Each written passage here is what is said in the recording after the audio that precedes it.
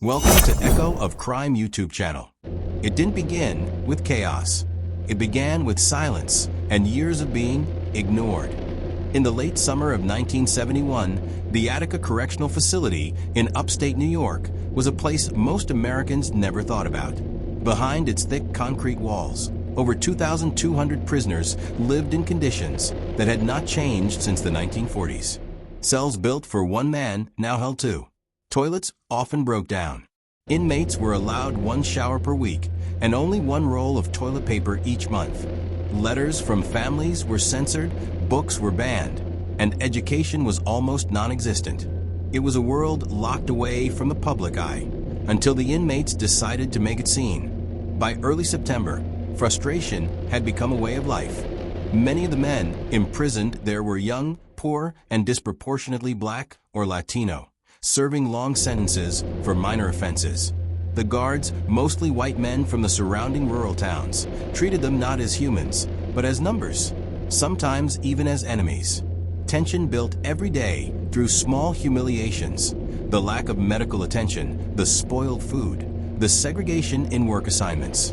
But the spark came on September 8, 1971, when an altercation between two inmates led guards to beat one of them severely. Rumors spread fast. Someone might die in solitary. By dawn the next day, fear had turned into fury. At 8:50 a.m. on September 9th, a group of prisoners in Cell Block D overpowered a few guards and broke through a gate. The noise echoed across the facility, alarms, shouting, confusion. And within minutes, over 1,200 inmates had joined the uprising.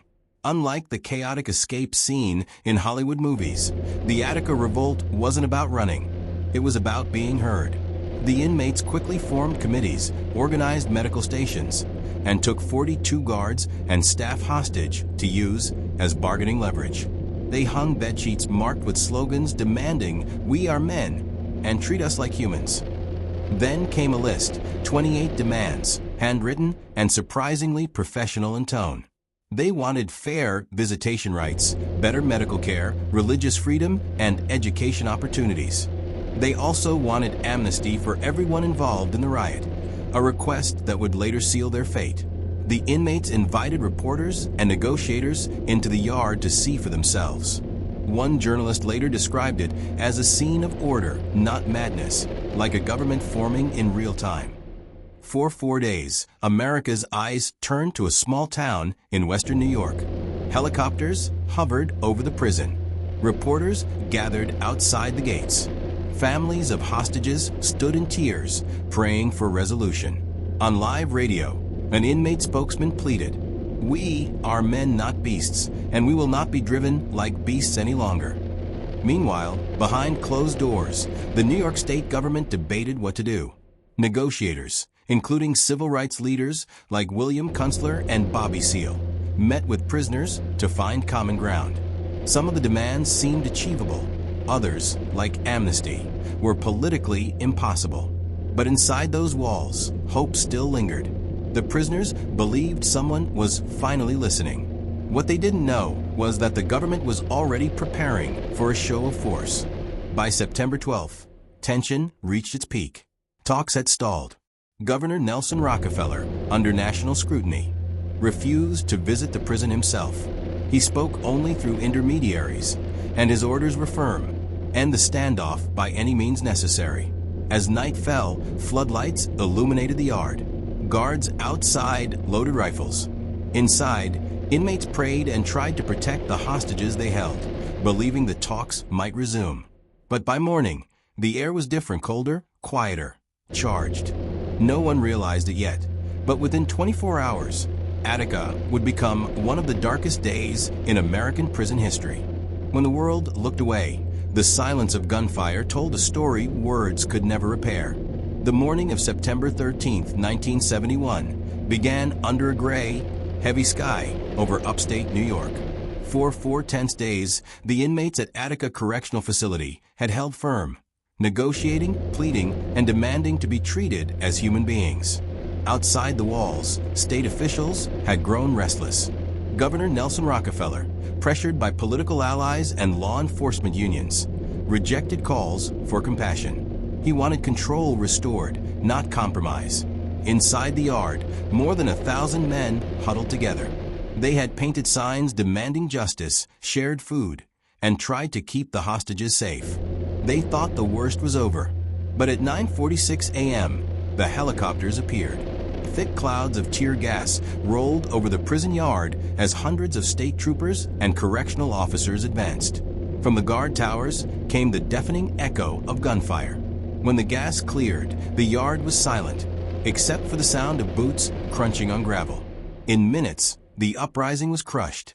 When it was over, 43 people were dead, including 10 hostages and 33 inmates. The official story that followed would claim that prisoners had slit the throats of their hostages, but autopsies soon revealed the truth. Every single death had come from gunfire, and the only people with guns that morning were the state's own officers. The public wanted answers. How could the state's most secure facility descend into such horror? Why were unarmed men, including their own hostages, dead? Rockefeller's administration quickly went on defense. They released statements claiming that the inmates had committed unspeakable atrocities, describing mutilations and executions that never happened. Reporters repeated the claims without verification. For days, newspapers printed false headlines, and much of the country believed them. But medical examiners soon exposed the lie. Autopsy reports showed no knife wounds, no mutilations, and no evidence of inmate executions. Instead, they showed the unmistakable pattern of high-powered rifle rounds.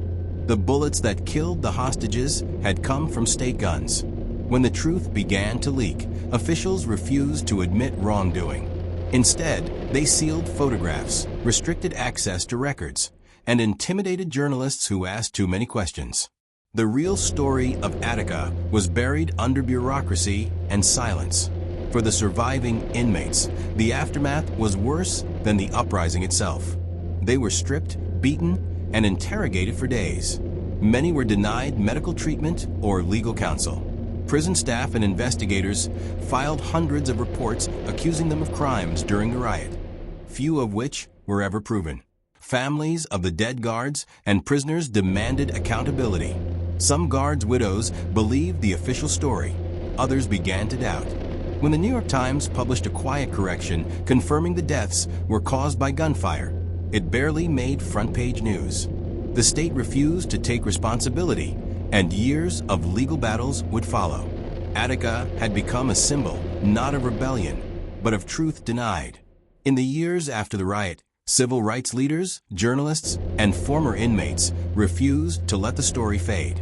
They held press conferences, gave interviews, and fought for the release of suppressed documents. A few brave whistleblowers within law enforcement admitted the truth. We were told to say the prisoners did it, even when we knew better. But for every voice that spoke out, there were a dozen that stayed silent. Fear, politics, and pride had built a wall around Attica's truth. And the men who died there were reduced to statistics in a report that no one wanted to read. History tried to bury Attica, but the truth had its own memory. In the years after 1971, the official story of the Attica prison uprising faded from the headlines, replaced by silence. No officer was criminally charged for the gunfire that killed 43 men, and no official apology was ever issued. Files were sealed, reports were redacted, and inside government offices, Attica was spoken of as a closed chapter. But for the families of those who died, inmates and hostages alike, it was anything but closed. They wanted answers. They wanted honesty. And most of all, they wanted the truth to be written down before history erased it completely. By the mid-1970s, a few brave insiders began to talk. State employees, medical examiners, and former guards quietly contacted reporters, saying the official version didn't match the evidence. One investigator leaked photos showing bullet trajectories that proved the hostages were killed by state gunfire, not by inmates. Journalists from outlets like the New York Times, Newsday, and the Village Voice began piecing the story together. They tracked down witnesses, survivors, and family members who had been silenced for years. One reporter later recalled, "Every door we knocked on came with fear. People were terrified to speak, but they knew someone had to. Through those voices, the real Attica story slowly emerged. A story not of chaos, but of desperation, miscommunication, and the lethal arrogance of power. In 1974, the New York State Special Commission on Attica, also known as the McKay Commission, confirmed what many already knew. The state had lied. Excessive force had been used. The post-riot abuse of prisoners was brutal, calculated, and officially sanctioned. The state tried to protect its image, offering small settlements to families while denying wrongdoing. Former inmates filed civil lawsuits that dragged on for decades. In 2000, nearly 30 years later, New York finally agreed to pay $8 million to the surviving prisoners for the abuse they suffered. Families of the slain hostages later received $12 million, but no official ever faced prison time. It wasn't justice, one attorney said. It was acknowledgement, and that was all they could get. By the 1990s, survivors of Attica, now elderly, began giving interviews. Their voices were calm but haunted. One former inmate said, "We asked for dignity. They answered with bullets, but the world finally saw us." Former hostages' families echoed the same pain. Many of them had believed the early lies, that prisoners killed their loved ones. When the truth came out, some said the betrayal by the state hurt more than the loss itself. Books, documentaries, and public hearings kept the story alive. In classrooms and legal studies, Attica became a case study in civil rights, systemic abuse, and the dangers of unchecked power. Today, Attica stands as both a warning and a lesson. After the riot, American prisons introduced reforms, better living conditions, oversight committees, and access to education. But over the years, many of those changes faded. Mass incarceration grew. The problems Attica exposed, racism, overcrowding, neglect, still echo in U.S. prisons today. In 2021, on the 50th anniversary, survivors and families returned to Attica. They stood outside the same walls, holding photos of their loved ones. There were no speeches from politicians, only silence, prayer, and the sound of names being read.